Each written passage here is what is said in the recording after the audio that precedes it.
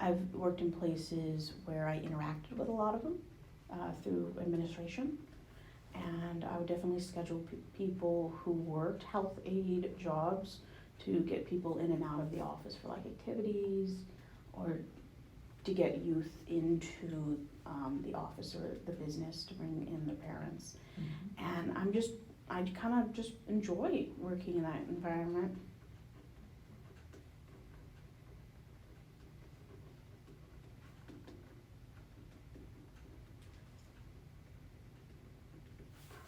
Trying to write as fast as we can.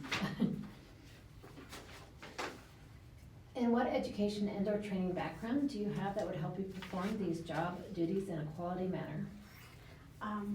I have a CPR, AED, first aid. I've been a licensed massage therapist, so I know all about, the Heimlich and if somebody has an issue, what to do, who to call. I'm used to working in a lot of like emergency care, and I've worked with a lot of EMTs and people like that. And with my background, I've proven that I can, handle stress if it's, comes at me. And I just enjoy working in an environment where I help people.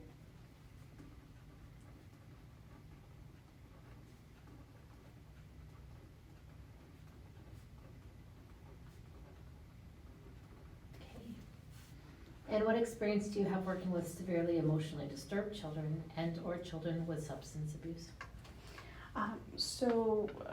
I have worked in offices where people come in, or, well, they shouldn't, but they do, and they're like under the influence of drugs.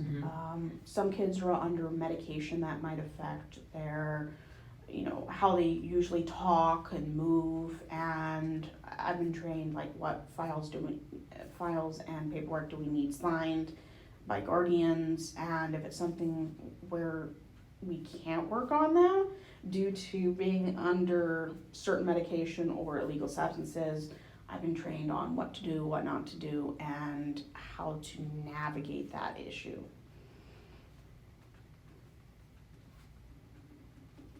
Obviously, we don't want them to drive. Correct, yeah. That's a good one.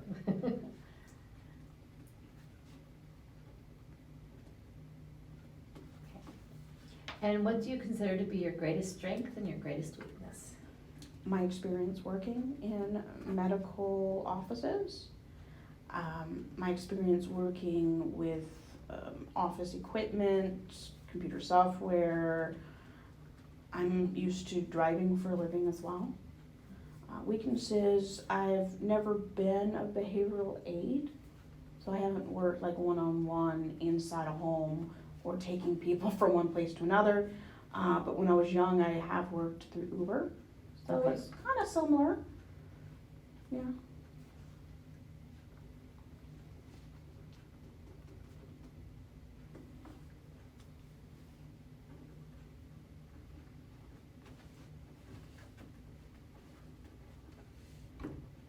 Okay.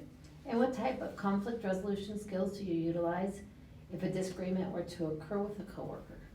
So in massage therapy school, we learned how to like de-escalate by effective communication, empathizing, listening, finding a resolution. And if it's something I can't legally or ethically provide, find someone who can. Just listening to people usually works, especially after COVID when people were so stressed out or in pain. It's this time of year when people, get the flu and they're just not feeling well, and the weather doesn't help. So just listening. Goes a long way, that's for sure.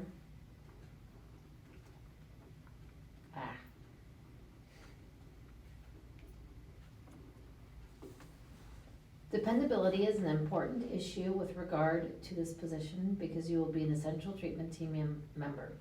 Please give an example of your dependability. Well, at one of my previous jobs, I won an award for being punctual, like Nice. years without being late. I just enjoy being punctual. I enjoy being early, and working in medical, if you're not 10 minutes early, you're late. But I do like working